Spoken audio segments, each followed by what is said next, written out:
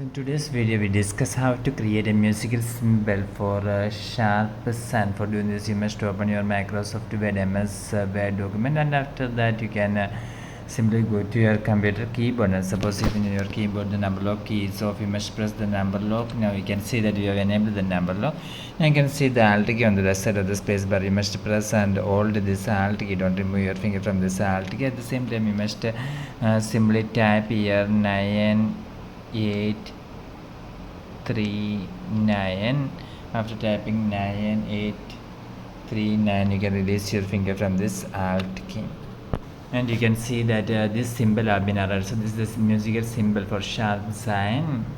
You can also create this symbol by another method. For doing this you must simply type 266F. you must type like this 266F.